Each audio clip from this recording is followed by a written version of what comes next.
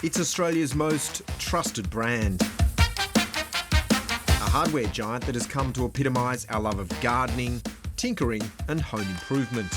Bunnings is a brilliant business model. They do a really good job of feeling super approachable.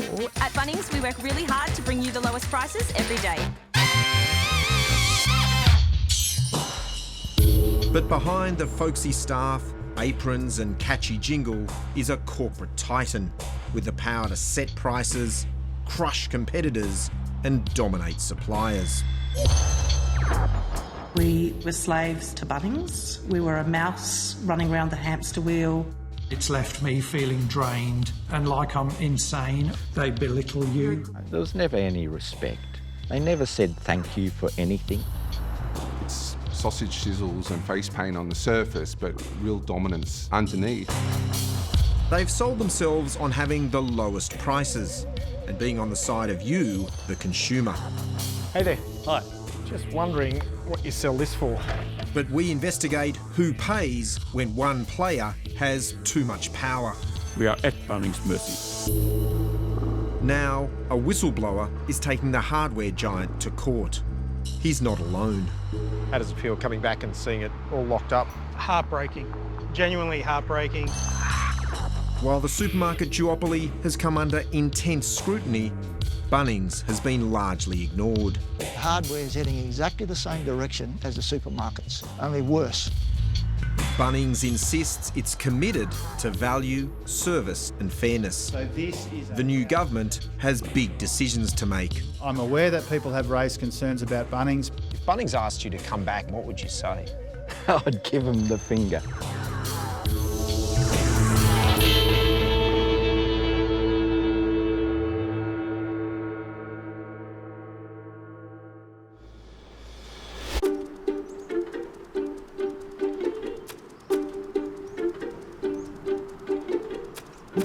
Bunnings. It's home to smiling staff, aisles of seemingly endless choice, and Australia's most famous sausage sizzle. The most Australian thing you could eat is a Bunnings sausage sizzle, bro. It's a white piece of bread, sausage, and some tomato sauce, as they say. Oh my God, I almost had a freaking heart attack. Why didn't anyone tell me if the sausages are back? What do you say to the nice man? The Bunnings sausage sizzle is pure marketing genius. If you think about Bunnings, this is this mass market, big corporate chain, and through offering up at very low cost the sausage sizzle every weekend, they are strengthening community ties and building this like hyper-local association. But it also drives foot traffic to the location. Branding expert Cammy O'Keefe says no other retailer in Australia delivers such a simple, disciplined message. I would say the fact that Bunnings has held to this really consistent look and feel for decades now absolutely has contributed to the strength of the brand. That brand strength helped Bunnings generate $19 billion in revenue last year. That's 5 times more than its nearest competitor. Bunnings' result is really quite extraordinary, and it really places it in a league of its own in terms of big box retail, not just in Australia, but I think internationally as well. Bunnings is also super profitable. Last year, its profit margin was almost 17%.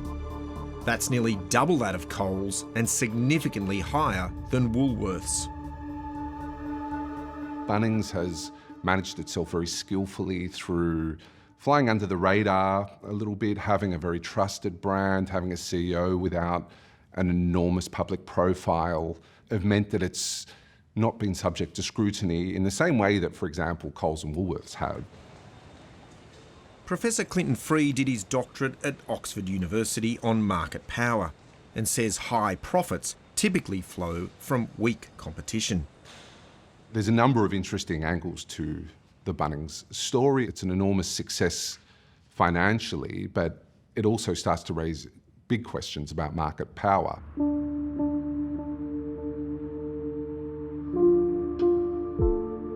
Bunnings' market share is highly contested.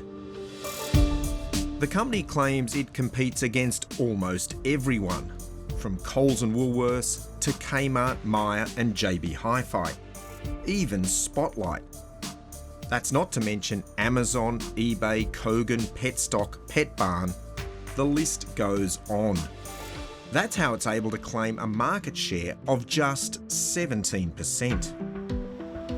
It's impossible to independently verify this figure because Bunnings won't release detailed data. Research firm IBISWorld puts Bunnings' market share at around 33% of retail hardware, while noting it's far and away the leading player in the sector. Rivals claim its market share is double this. Bunnings itself has a much higher market share than Coles and Woolworths combined. But further, the rest of the market, there's no one powerful enough to challenge them. John Dalson runs a chain of hardware stores. He's also a competition lawyer and former chairman of Woolworths. To be brutal, I think they are a quasi-monopoly. They don't want to promote the fact that they've got a huge market share because that's very bad for their image. A company with 30% market share exercises substantial market power. And at 60 or 70% market share, I think you can dictate prices, you can dominate suppliers, and you can really repel new entrants and make it very difficult to compete for others. Last year, when the supermarkets were being called to account over price gouging and supplier mistreatment, allegations began to emerge against Bunnings. We felt that we were slaves. We were slaves to Bunnings.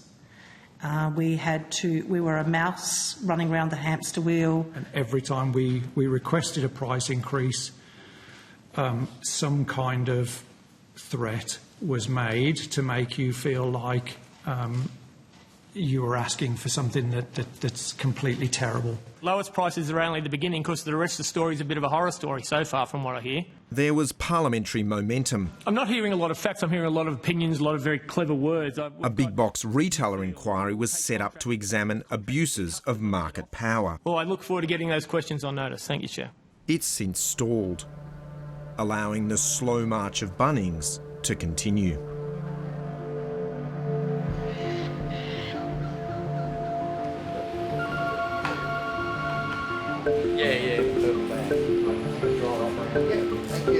It's a busy weekday morning at this Mitre 10 in the outer Brisbane suburb of Jimboomba. How are you today, man? Owner David Woodman is on the floor. You got everything you need, nothing else? His family has been in the hardware business for 90 years. He's owned this Mitre 10 since 2018. Well, it's very well ranged, it's well priced, it's well stocked. We're competitive on pricing, but above all, we offer a really genuine service. But this store is now under threat. Bunnings have bought the property next door and have advertised or put in the newspapers that they're going to build a 15,000 plus square metre box next door to us. Take you out and show you where Bunnings To put that into perspective, that's at least 8 times bigger than David Woodman's store. Plans approved by Logan City Council show the new Bunnings will take up this entire block, with the main warehouse, a garden centre, a timber yard, and a car park for more than 370 vehicles. There are already 3 well-established Bunnings within a 30-kilometre radius. And in Greater Brisbane, there's more than a dozen others. If Bunnings open here, what impact will it have on your business? Look, just based on our past experience, it's not going to be good. We think that it'll affect our sales to the point where we'll end up losing profits, and being a small family business, we can't sustain that, so we'd probably end up shutting the store. What do you think it means that they're setting up next door? Oh, look, I think it really only means one thing. they really want to put us out of business. They know from other sites that that's what happens. And so I can only imagine that's their plan. Does it feel predatory? By definition. I think that's what it is. Certainly that's the way it feels anyway. And it's not just his Mitre 10 that could be impacted. Bunnings have a very broad range. So stores like pool supply companies, like mower shops, other timber merchants and paint shops, plumbing shops, they'll all be affected.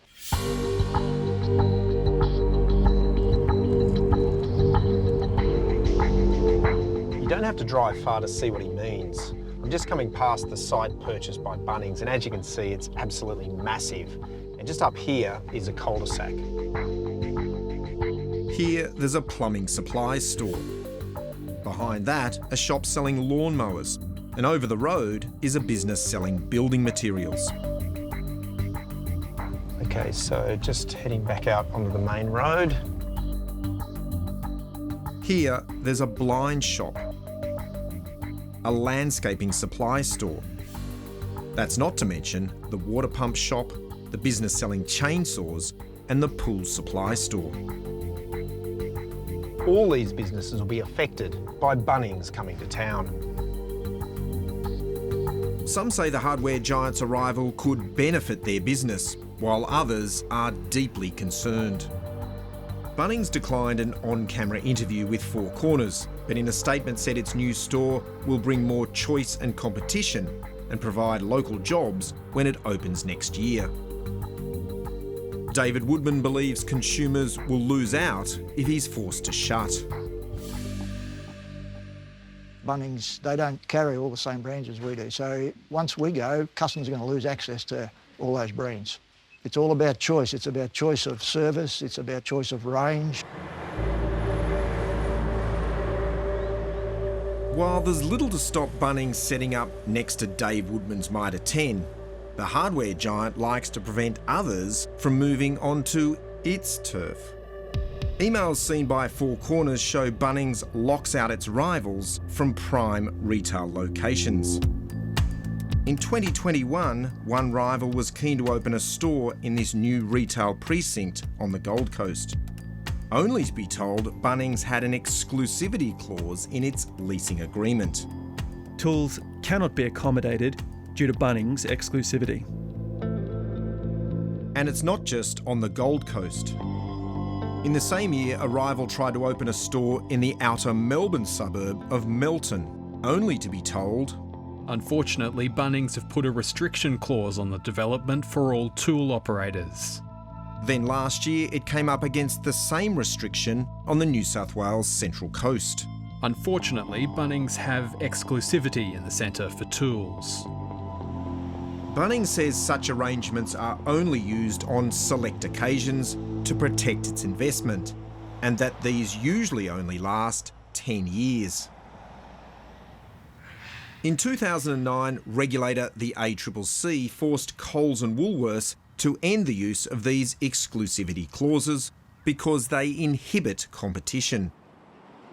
Next year, the regulator will have new powers to scrutinise land acquisitions and leases, but these won't apply retrospectively. Bunnings was not always so dominant. It began life as a WA timber company prior to federation. In the early 1960s, it expanded into retail, only opening its first warehouse in 1994. At Mitre 10, we have all the tools, the timber and materials you need. Back then, with around 10% market share, Mitre 10 was the dominant player, and there were hundreds of local independents. The superstore concept was yet to be tested. This new Mitre 10 store may soon be in battle against a Bunnings superstore being planned for just down the road. I believe that a well-run, smaller, owner-operated store will always be able to compete. That Mitre 10 store in Melbourne no longer exists. In the decades since, Bunnings has expanded aggressively. In 1993, it took over McEwen's Hardware. Then in 2001, it moved on BBC Hardware, also trading as Hardware House, giving it a national footprint. Competition regulator, the ACCC, waved through the deal without a single objection. As the new millennium began, Bunnings had $1.4 billion in sales across 47 stores. Today, its revenue is 13 times that, across a massive empire. As well as 310 warehouses, it has specialist tile and tool chains, acquired with no objection from the ACCC. For consumers, part of the Bunnings appeal is its heavily promoted price match guarantee. Inspired this DIY July and get it done for less. Sideco ladder, $159. Where you find a competitor's lower price on the same stocked item, we'll beat it by 10%.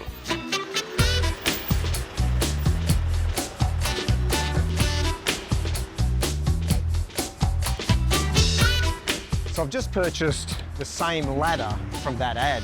But what I'm wondering is, could I have found it cheaper somewhere else? As Bunnings tells us, if you find a cheaper price on a stocked item, they'll beat it by 10%.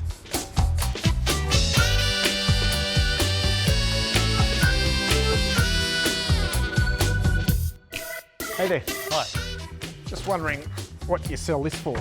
Afternoon. Just wondering, do you have this type of ladder? How you doing? Just wondering what you sell this for. I don't have that brand. No, this ladder I don't have. We don't actually stock that brand. We can get a similar one. So you don't sell Sideco? No, I don't. Haven't seen that brand before. You don't have the Sideco brand? No. Oh, you don't do Sideco? No, I think you can only get that at Bunnings. So it turns out you can't buy this ladder anywhere else. That's because it's a Bunnings house brand. It's not only manufactured for Bunnings, but Bunnings even owns the trademark. Not that you'd ever know. Bunnings' ownership of the Sideco brand is not clearly disclosed anywhere on the ladder or in store. And on the Bunnings website, it's sold like any other brand. So what does that mean for its price guarantee? The 10% beat thing is illusionary because it only applies to a limited number of Bunnings products. I wish consumers realised that in that instance, that 10% price match guarantee means nothing. The Sideco ladder is far from the only example where Bunnings has attached its 10% price guarantee to a home brand product. Four Corners has identified dozens of examples of this in TV ads and in store. Some home brands at Bunnings, like Trojan Tools, even have their own websites and helpful videos. Hi, I'm Adam Doval and welcome to Trojan's Tools for Tasks. Regulator, the ACCC, told Four Corners that it could be misleading or deceptive if a home brand is marketed as though it's produced by a third party, not the retailer.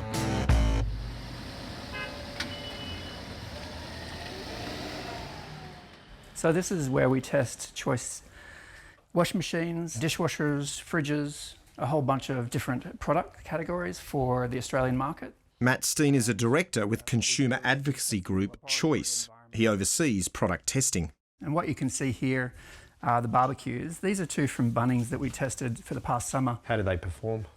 Pretty average. They're pretty much middle of the road. So is there anywhere on here where it actually says it's a Bunnings home brand product? No, there's nowhere on the packaging or on the products themselves that actually says it's a Bunnings only product. You cannot find them elsewhere.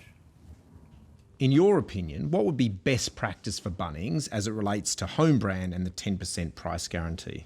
I think Bunnings should basically make it more transparent about how people can actually get that 10% guarantee, realistically get it, which is not including their home brand products. And so incorporation of some kind of labelling into their packaging and products would be really useful.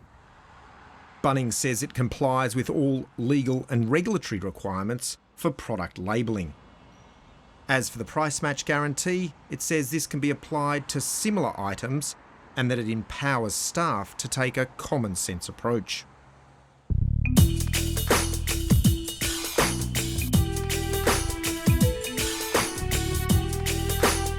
Bunnings is pushing hard into home brands and says it owns trademarks covering more than 9,000 products. Everything from Jumbuck barbecues to marquee outdoor furniture, Craft-Right toolboxes, Mondella toilets and Happy Tales pet supplies. It's been established quite clearly that you make more money out of home brands because basically you remove from the supplier all the costs they have in marketing and promoting their brand. Then there are brands that are exclusive to Bunnings. For local hardware stores, these exclusive arrangements hurt their ability to compete. So what brands can't you stock because Bunnings has the exclusive arrangement with? Well, one that comes to mind is Ryobi, which is a popular brand out there, and Irwin, speedball bits, drills, screwdriver bits, all very popular. We can't even purchase them. Bunnings have those all exclusively. Bunnings says exclusive brands are common across a range of channels and retailers, including at Mitre 10 stores. For suppliers, selling through Bunnings can be a risky proposition. While it gives them the opportunity to sell large volumes, the hardware titan often has the upper hand. They had enormous power over us. Do you want to come in and have a look in the worm shed? Sure. What we call the worm cave. Yeah, wow, okay. We're in regional Queensland to meet worm farmer George Mingan. So you can see it's quite a large shed. And before, when we supplied Bunnings, this shed was chock-a-block full of crates, like these crates here. These bins that are here are just what's left over from the Bunnings contract. For 8 years, George and his wife Catherine supplied live worms to Bunnings. They are one of the few suppliers willing to speak publicly about what it's like to deal with the hardware giant. For many years I'd tried to get into Bunnings, but it was very, very difficult. And then suddenly this opportunity arose and we thought, you beauty, you know, we're in. And at first it was great. It was fantastic. In the early years, the couple felt they had a solid partnership with Bunnings. We found that there was a lot of opportunity to grow the business. We changed our packaging considerably, made it much more attractive and more modern. And all those little things that we did helped us to build the brand, and we basically tripled our volume. That saw sales reach $1.3 million annually, and their margins were solid. Then things began to change. Little by little, they started applying more pressure on their suppliers, certainly on us, and the expectations started to grow. Our buyers were starting to put the thumbscrews on us. And then COVID hit, and like many businesses, their costs rose sharply. So that pushed all wages up. Packaging costs, transport costs went through the roof.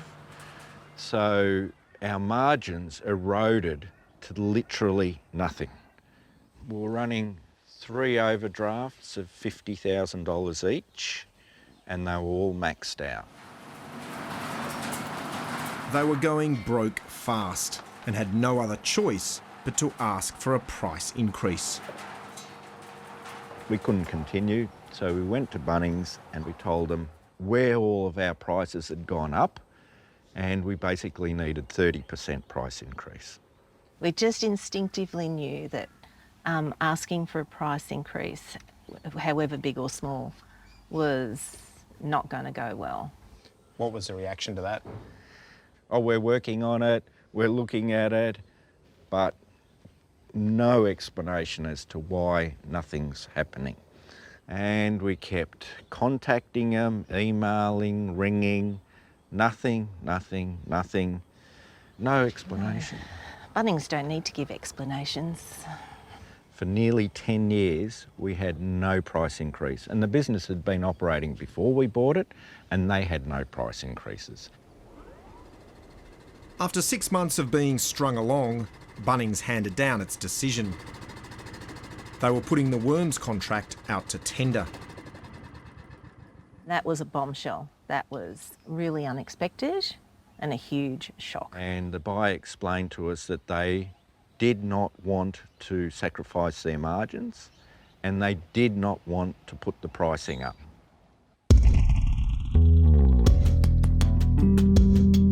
At this point, Bunnings had done very well out of its partnership with George and Catherine. It purchased a bag of worms for $29.94, selling it to customers for $49.90. That's a 66% markup. But this does not capture all the profits flowing to Bunnings. So you put your invoice in and you think, right, we've made really good sales this week. Then comes what's known as rebates. Money a supplier has to pay Bunnings based on their sales. For George and Catherine, at times this included a volume rebate of up to 7%, 15% for new store openings. And if they wanted to be paid more quickly, that was another 5%. Then there's marketing fees, and you might even have to pay if your stock is discounted. For the couple, the bill was about $8,000 a month, or 7% of their sales. To me, that was highway robbery. It was just plain highway robbery. In the end, the couple lost the tender.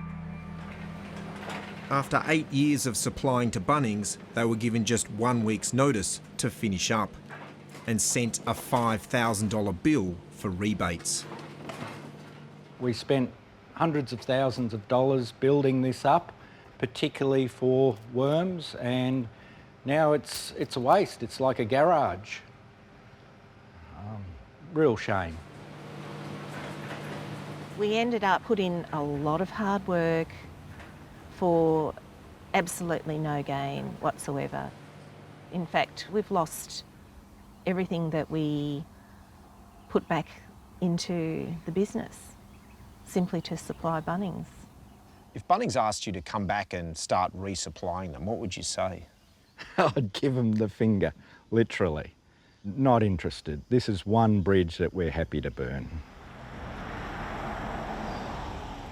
Bunnings says it does not comment on specific supplier agreements, but conducts business with integrity, honesty and respect.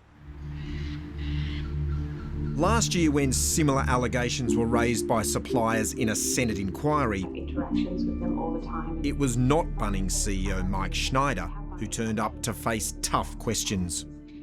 We've heard words to the effect that Bunnings treats suppliers like slaves and like numbers, not people. Instead, Bunnings sent 2 mid-level managers. What's your response to those allegations? I think both my colleague and myself shared a level of disappointment to hear about those supplier experiences.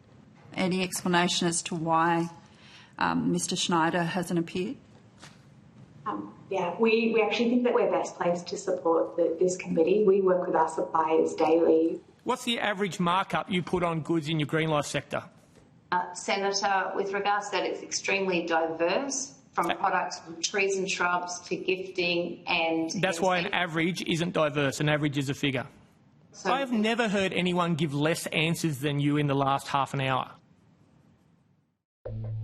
Bunnings CEO Mike Schneider, who earned $4.7 million last year, also wouldn't sit down with Four Corners. The PR team told us that the timing didn't work for them. Meanwhile, the allegations against Bunnings continue to build. The latest is from a former manager who is now blowing the whistle. For 20 years, Jason McMartin held senior positions at Bunnings.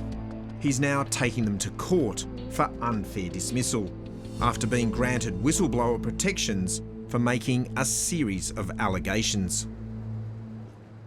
Jason McMartin is in court today here in Melbourne. His case will allege Bunnings systematically underpaid sales staff, had a culture of bullying and, most explosively, engaged in anti-competitive behaviour. While it's before the court, Jason McMartin won't comment. But in his statement of claim, he alleges Bunnings ignored his concerns around the underpayment of staff and that he was bullied and demoted for raising these. Court documents show he was given whistleblower status over the bullying claims, as well as over allegations of anti-competitive behaviour within the sales team. Bunnings has filed a defence to the unfair dismissal claim and rejects allegations of underpayment, bullying and anti-competitive behaviour. It says they've already been thoroughly investigated and were not substantiated. It is actually a shame. In Queensland, Bunnings is facing more legal action, this time from a one-time competitor turned supplier. This is where the factory was. We were here for over 20 years. Sales was next door. Terry Babilis was once a local manufacturing success story. Now he's suing Bunnings in the state's Supreme Court. For the finalisation of the matter. We geared it up specifically for Bunnings. We gave Bunnings priority of work. Terry's family business specialised in cabinets and wardrobes. For years they worked with both Bunnings and its rivals. Then in 2019, Terry Babilis signed a contract with the big box retailer, agreeing to give it priority. That was an exceptionally attractive commercial deal, something that anyone would be very honoured to look at.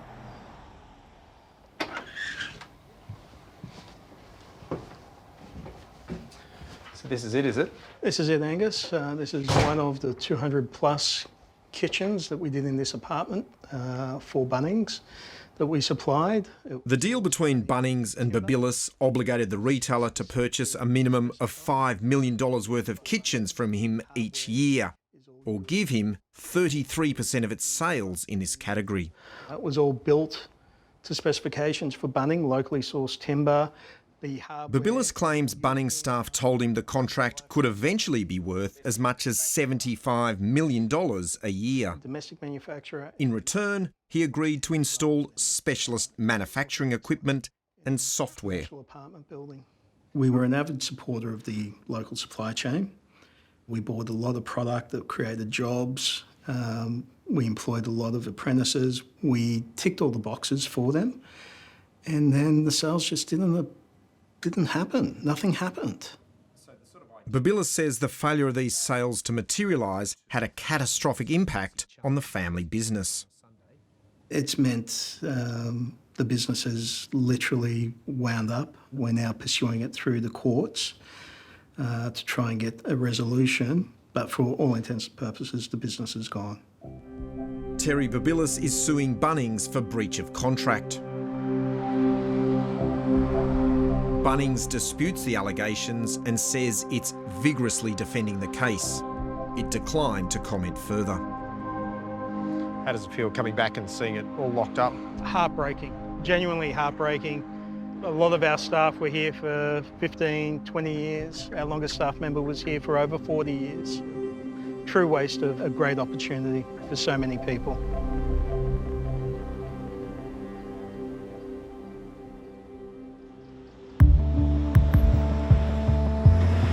You'd think with its ability to pressure suppliers and extract efficiencies from its sheer size, Bunnings would be vastly cheaper than its competitors. But that's not what we found. We set out to do a price comparison on 95 basic hardware items. We checked prices at Bunnings and its closest competitors. It's a rough basket of goods and by no means a complete analysis. But what we found did surprise us.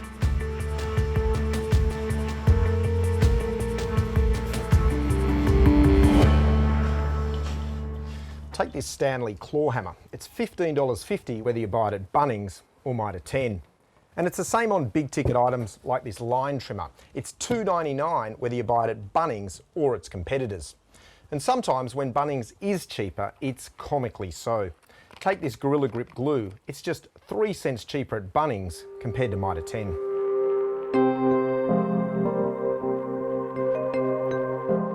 When we did the comparison, the difference between Bunnings and its local rivals was literally small change.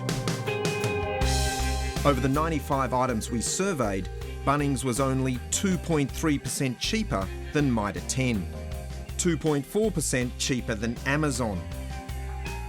And compared to Total Tools, it was only 1.7% cheaper.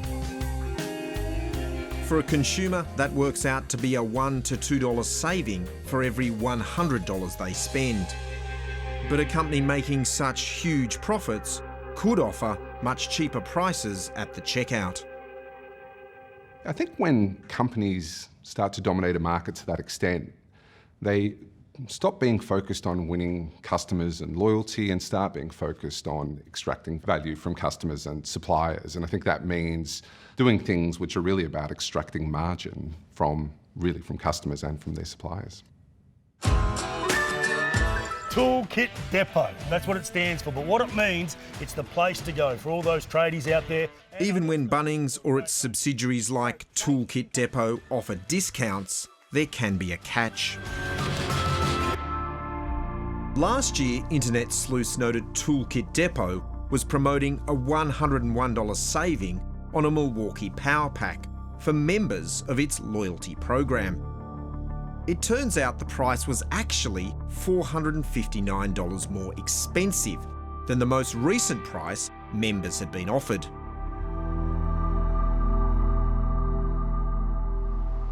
Dubious specials is something the ACCC is cracking down on in the supermarket sector. The ACCC alleges that the price discounts as promoted were misleading because the discount was illusory. But so far there's no talk of extending this scrutiny to hardware. Bunnings says the before and after prices were clearly marked on the Milwaukee Power Packs, and it's committed to delivering the lowest prices to customers.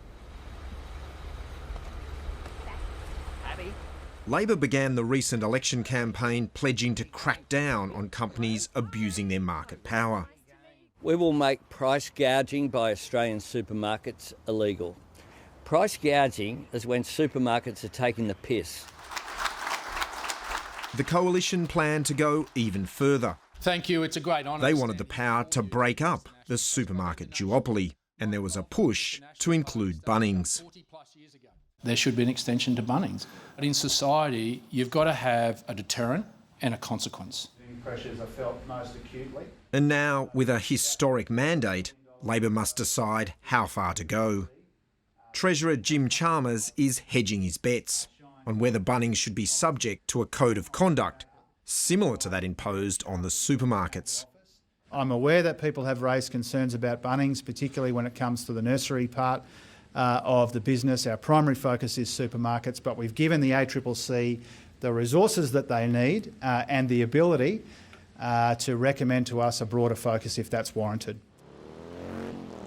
It seems to me odd that Bunnings isn't subject to something like the Food and Grocery Code of Conduct that binds Coles and Woolworths. If we look at market share, Bunnings controls a share of the market which is probably greater than Woolies and Coles combined in many important categories, yet it isn't really subject to the same scrutiny. In the absence of strong competition policy or regulation, Bunnings is pushing into new areas to keep its profits growing and its shareholders happy. For almost 150 years, Dalsons has been selling hardware in the Gippsland region of Victoria. As builders go to work, they all queue up to get their supplies. So there's a period of hour, maybe 2 hours, of frantic trading. Today is no different. But who Dalsons sell this hardware to has changed dramatically in recent years. The DIY component in our business across Australia would be less than 5%. John Dalson is chairman of the Dalsons hardware chain. The family has more than 65 stores across the country, but has largely exited DIY hardware and become a trade specialist.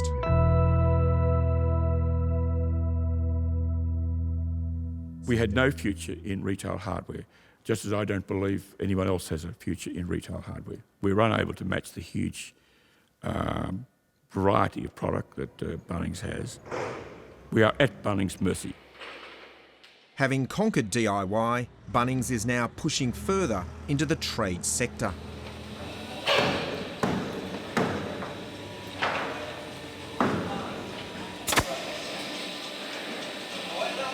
And you'll see there's no waste hanging around the floor or sawdust. The hardware giant is attacking the roof truss and wall frame market. They decided this was a market they could disrupt, so they went and invested these huge automated multi-million-dollar plants, one in Melbourne and one in Sydney. John Dawson says Bunnings is heavily discounting this staple of the construction industry, seeking to grab market share from the independents. There is a huge overcapacity in the market and our margins have shrunk. We're not a Bunnings money machine. We don't have the capacity to continue to keep on quoting roof trusses at marginal rates for a long period of time.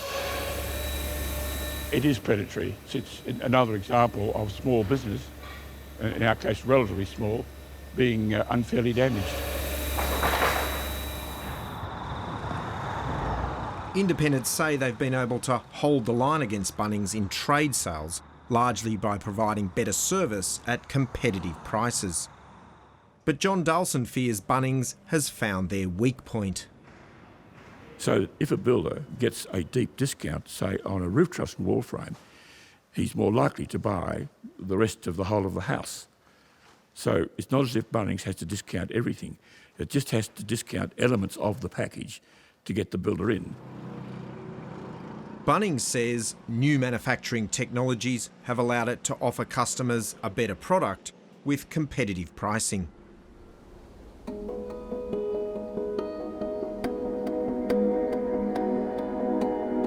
Back in Jimboomba, David Woodman is preparing to take Bunnings to court in a last-ditch effort to save his business. It's a legal long shot. We won't give up. We owe it to the staff to fight. And so we'll do what we can to stay open. We'll try and pivot. We'll take opportunities if we see them. We'll try to stay open. But our experience has been that that won't be enough and that we'll end up having to close. It's insane how big companies like Bunnings can get away doing what they do. But they do it because they have such a huge market share. I think this is an important story to be ventilated, and attention needs to go into a category which is very large, which affects lots of consumers, affects lots of suppliers, and they really should be subject to the same sort of scrutiny and regulation as our big retailers.